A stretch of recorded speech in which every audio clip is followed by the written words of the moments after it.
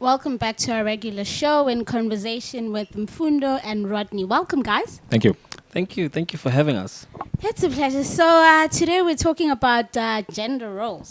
Yo. Okay. Interesting one. So, by the way, I'm not married. You guys are both married. Yes. Yes. So, Happily. Amen. please make sure you mention We that. have no problems. No problems at all. There's never been problems. There probably will never be problems. So today, we're talking about gender roles, and I have a question for you guys. So I'm taking this from Genesis 3, more of 17. So this is where God curses Adam after sin, obviously. Okay. And it says that then to Adam he said, because you have heeded the voice of your wife and have eaten from the tree of which I commanded you, saying, you shall not eat of it. Cursed is the ground for your sake. In toil you shall eat of it all the days of your life. So I believe because Adam was cursed, obviously he's representing the males. Okay. It says that he needs to work. So all his life is going to work and provide. Okay. Okay. So where do we get this thing whereby we are 50-50. both working and you want me to give you my money? Where does the 50-50 Okay. come from? Let's do this. Let's put it in context like this. If Adam is supposed to toil the ground and get the provisions to provide, and Yeah. Eve's supposed to do I don't know what, but I can tell you. It says that the woman is there to help meet. That means to help him do the work. Yeah. It did not specify that she should not work and bring back. It just said she should help. And another thing, let me also mention this, that the curse was that when you work, you will toil. In other gonna be words, hard. it's going to be hard. Yes. So the question is, since we both work, is it only hard for males when they work, or it's hard for both of us? Then Okay. if then it is hard for both of us, then it means that this curse, it's not exclusively male, Yes. because even the women that work, It's forever whoever works. when they go to the field, they sweat just like we do. Okay. In fact, let me add another verse in Proverbs 31. The woman wakes up, she goes to the field. She even actually can I read it? Yeah, please read it. please. And because it's a very interesting passage. It just highlights this virtuous woman, right? She's described as someone who let me start from verse Proverbs 31, sorry. Let me start from verse 16. She considers a field and buys it. Okay. From her profits, she plants a vineyard. She does the planting. She's a farmer. Right? In verse 14, she's like a merchant. Or she's like the merchant ships. She brings her She's an food from the entrepreneur. altar. Dude, she said, verse 18, she perceives that her merchandise is good and her lamp does not go out by night. And all of this is literally also speaking about a virtuous woman. Now, that in the Bible, I believe, does not... so provision in the Bible is not an exclusively male role. Yes. Okay. She is a helpmate, just like we are also your helpmate in other regards. Okay. I believe, Yeah, right? it's true. Let me just add to what you're saying. The thing is, in our society, sometimes even in the church, we tend to reduce a man's role to his monetary what you call this provisions. Yeah. That means the duty of a man in a marriage and society is not just to provide. Provision is part of it. He needs to lead. He needs to do so many other things. Yeah. But now we consider just one part. One guy actually once said to me that if you do not provide for your wife, you're not a real man. But God did not create men to just provide. He created to do so many other things. So you can be reduced from... so it means you're not doing your work effectively if you're not a leader. Not just with the money part on its own. So a man is It's not a just pool defined. of different Yes, roles. it's a lot of different things, yes. Functions. Yeah, Yeah. absolutely. So, And sorry. So what if I want to help you by staying at home? There's work at And- home. yeah, there is work. There's a lot of work at home. Quite a lot. I'm very lazy to do. No, but now we're helping each other. I think we've established that a certain role is not necessarily for one person. Yes. Okay, we're at home. I decide, I have all the qualifications. I want to be a stay-at-home mom. You must make sure that you provide. Oh, that's a slippery slope. That's a slippery I slope. want to be a stay-at-home mom. I'm still helping you, right? So I think, right? So we are two individuals, right? Okay. So we can sit down and we can negotiate. Discuss. We can literally just figure out what we want, right? We can borrow from other couples and from the Bible and from all over, and then devise our own structure, family structure, and our plans. So you can be a stay-at-home mom. You can even manage our businesses while I perhaps work. Or I do the managing of the businesses. I run the businesses. You do. It just literally depends on each individual. But I think the key and the critical thing is that, number one, you must be united in your Yes. decisions, because the Bible says that they shall become one. So you are one in thought, you are one in perception, you are one in agenda and purpose, right? So you literally unite and you agree on how to run your household, who's going to take the children to school and who's going to bring them home, and how are we going to do the cooking and the what have you and all of that, right? So we will negotiate our way. That's true. Because a marriage is not like the family. It's not like a military base. Yeah. It's not. We're trying to work together for the fulfillment of, for the betterment of our family. So in our minds, first of all, we are self-sacrificing. Okay. So when we sit down as a family, like Mfundo said, we have to decide what is the best way forward. So if a woman or a man goes into a marriage thinking that they want to achieve something out of it, they are not self-sacrificing. So they want to, like most women, we see this a lot with women. Men do it as well, but a lot of women want to get into a marriage so that they can alleviate all the burdens. Yes. Get money. He must pay for this, he must pay for that. What's that phrase they Wow. like? Securing the bag. Securing the bag. So a man must pay for everything. So you're not thinking of his well-being. You're not thinking about the family's well-being. You're thinking about how much money you can get. So it's an investment. And can I also add one thing, right? Do you know that the Bible also commands women to love their men? Let me show you a verse. Please. Because it's one-sided. It always says love.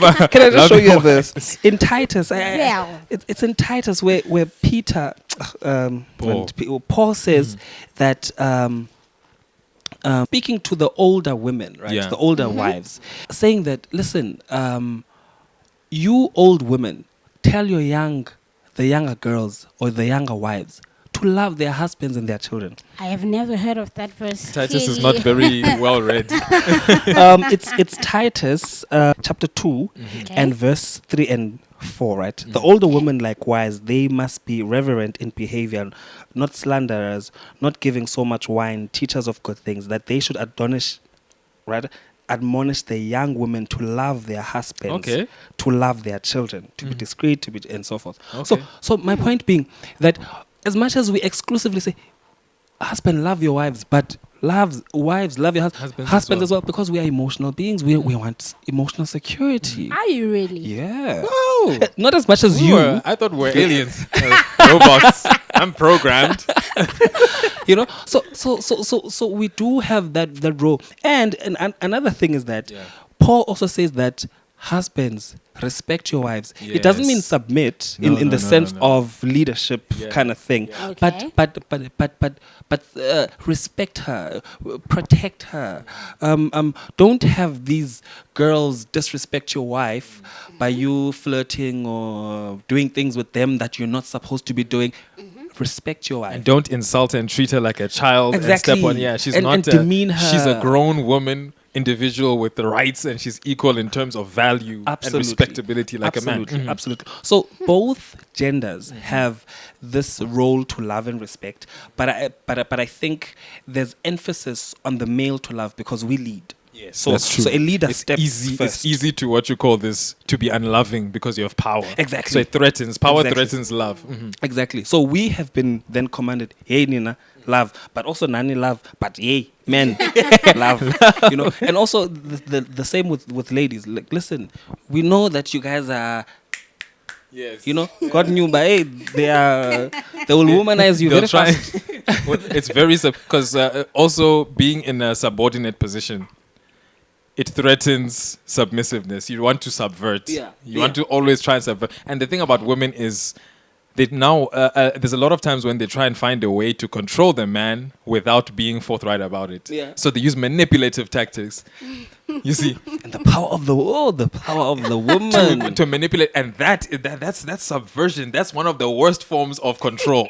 You see that, And- men do it a lot also with emotional abuse. Yeah, and and many of controlling them, and- exactly. But then, yeah, when it says love, it means your intentions must be so pure that you're not even willing to manipulate your husband. yeah. If he doesn't want something or he can't do something, don't use tactics to try and get him to do it, because in the end, you want your will to be above his. So subversion and manipulation, that is a tactic of its oppression. And another thing, just I wanted to add. Yeah, I'm talking. And another thing I wanted to add, right? It's the power that Christ says, right, comes with being the least or the submissing or Yes. the submissive one. Let he who is what you call this highest among you be what? Be Be the below. least, and he shall be, Yeah. the first shall be the last, the least shall be the greatest. So and we have that principle, and I really really wish that we could emphasize the power to the community, to the ladies especially, the power that comes with humility. Ish. That Christ being God, knowing everything. The Look, end from the God beginning. created the sciences, the physics that we learn for years and get PhDs on. He created it in 6 literal days. And so he had then to submit himself such that he is taught the sciences that he created by his own By his mother. own- He had to depend, on his mother. So that's some serious level of humility, humility. where you forget. I don't even know the mind of Christ, but you forget what you created, so that you are taught by someone who's a sinner the same thing that you created. The level of humility, and how Christ is then lifted up by the Father, says there's no other There's name. no one like this guy. Exactly, This guy- because of the humility. Because do you know what gives power to the humility? It's value. Because Christ valued human beings and their salvation way more than he did power. So he's the greatest God, infinite. But the way he sees the human being, Yeah. you're so valuable, you're equal to his son, that he's willing to become the most hated. Exactly. He died like a common criminal on the cross. like a slave, Like a because, slave. because slaves actually were crucified on the cross. Were outside the city. outside the city, Naked. Naked. Let's crucify that thing that he stole from his master. So Christ Yeah. died a very shameful death. That's why Paul had to say, "I'm not ashamed of the gospel," because it was Ish, that's the- shameful to be associated with the- a leader Who died on who the died cross? on the cross like a slave. This. If he was a Jew like us, he would be revered, and So- regaled like that. Yeah, and so to come back to your point, I really, really, really emphasize that, ladies, there is power in humility, and Ish. unfortunately, the world does not teach that. Yeah. There's so much power in Yeah. humility. Yeah. It shows a level of maturity. It shows a level of discipline in the mind, that you're so much in control of yourself that you humble yourself to this man. And we, Tina, we are just babies who are crazy, and the ladies they're submissive, so they have a solid mind. They're humble, and so it shows greatness and it maturity. does. I really love that you guys spoke about roles and you're talking about humility. Obviously, you guys are talking from a point of marriage.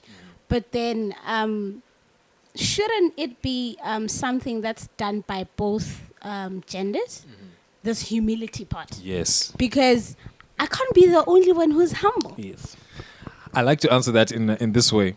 You see, many of the arguments we get, especially with women on the one side and the men on the other side, they always say that we always talk about women being submissive, but we never address the men who are, say, for example, abusive or emotional. Now, when Christ was going out, he always had 2 sermons in his pocket. One to a perp and one to a victim. So to the perpetrator, he says you must be loving and don't do that. To the victim, he says that you must forgive. So usually what happens is one side likes preaching to themselves the wrong message.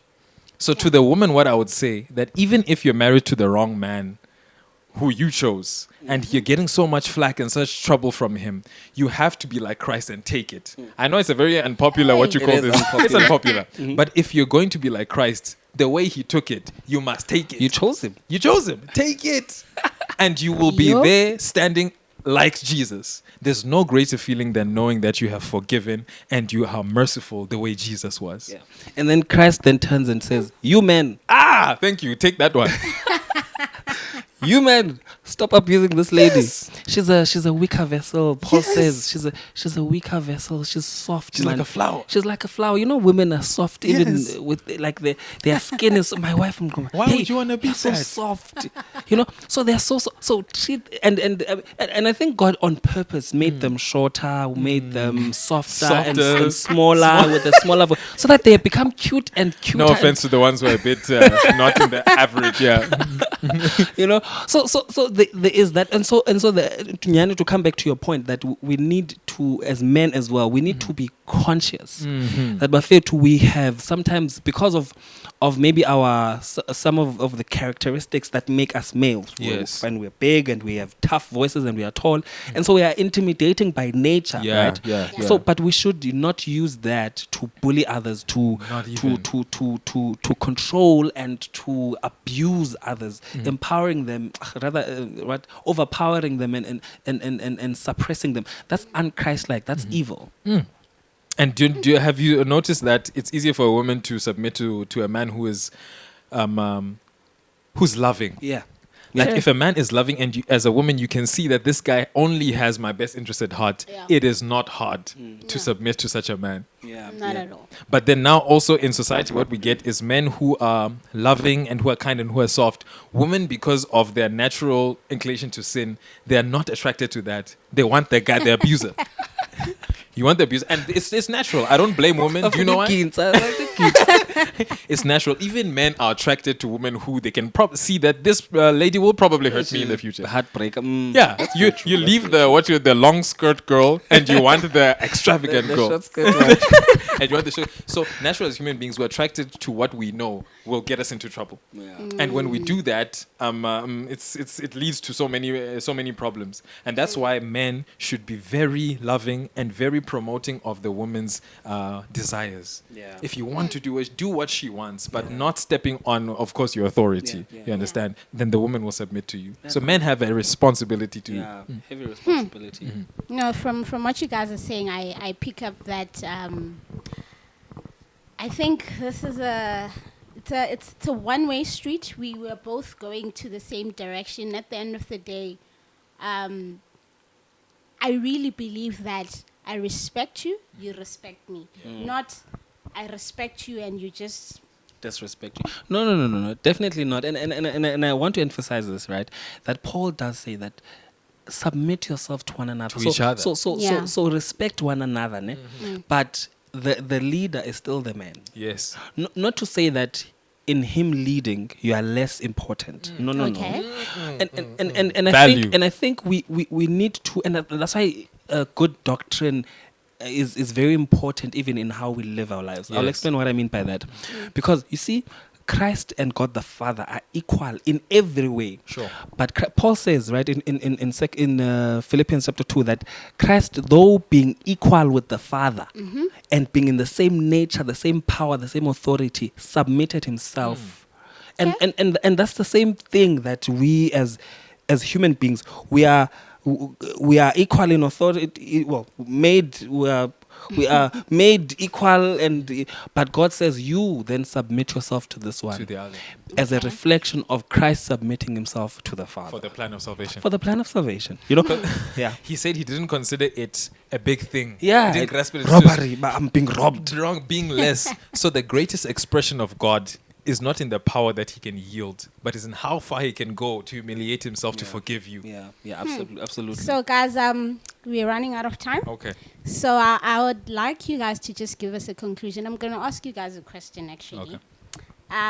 As much as we are supposed to submit as women, what then happens if I'm trying to submit to a person that does not love me, that does not respect me? And this is in marriage. This is okay. not like outside marriage. Yeah. What's your take on that? And this will be our conclusion. Let me start so that he may Betty bomb Betty bombs are content. So my take is that firstly, right, you see the command to love and respect, right? Let's use the typical traditional view that men love, women respect, kind of thing. So that is it's not conditional, It doesn't say, husband, love your wife only when she submits. It says, love that woman. Period. You love her. She throws a bowl of cooking oil at you. Love that woman. Not that she must throw a. but okay, maybe I'm using exaggerated No, it happens. examples, but happens. I'm literally just saying that our role, the command to act, right? Because you see, God is so powerful that He knows that my love for you will ignite your respect for me, which ignites the love. Come which- on. So it becomes a Come on cycle. now. So the more I love you, Yeah. is the more you will start becoming submissive, because you see, oh, this man loves me. Why am I treating him like this? Love awakens. And exactly. And then next thing you know, now I'm saying, yeah, this woman is so submissive. She's man, and then I start pouring my love. Vicious cycle. Dude, it's a vicious it's a cycle of love. Vicious cycle of love. Which is a paradox. But and I think the minute we grasp that my love for you is not conditional, because the love of the Father is not conditional. My love for you, because I emulate the Father, my love for you is not going to be conditional. I'm going to love you regardless, and I'm going to submit to you regardless, because I know that at the end of the day, I'm trying to influence a certain outcome out of you, so that you, in your growth, in your spiritual growth, you become more loving, you become more submissive, you become more, yeah. What you're saying now is making, because I don't even have my own closing, because I'm just going to build on yours, because that was the bomb. What you're actually saying is that when you love and gain love back, and it creates this cycle, it means God did not create submission and love. He didn't create us in this. He didn't give us instructions so that we can use it for oppression. Yeah. He knew that if you submit and if I respect and love, it's gonna create the what you call is the best environment for married couples or people who are in relationships in general. So they're not love is not designed for oppression. It's human beings that bring oppression. But he's saying if you can love even beyond the oppression, what will stop you from loving in the best situation? Absolutely. Ellen G. White says in Last Day Event, she says that realm, that is heaven in the new earth, the love that we'll experience there, the only thing that will be out competing each other in is who can do the best for the next person. Sure. What a Thank you bomb. so much, gentlemen. Thank you so much, and thank you for joining us.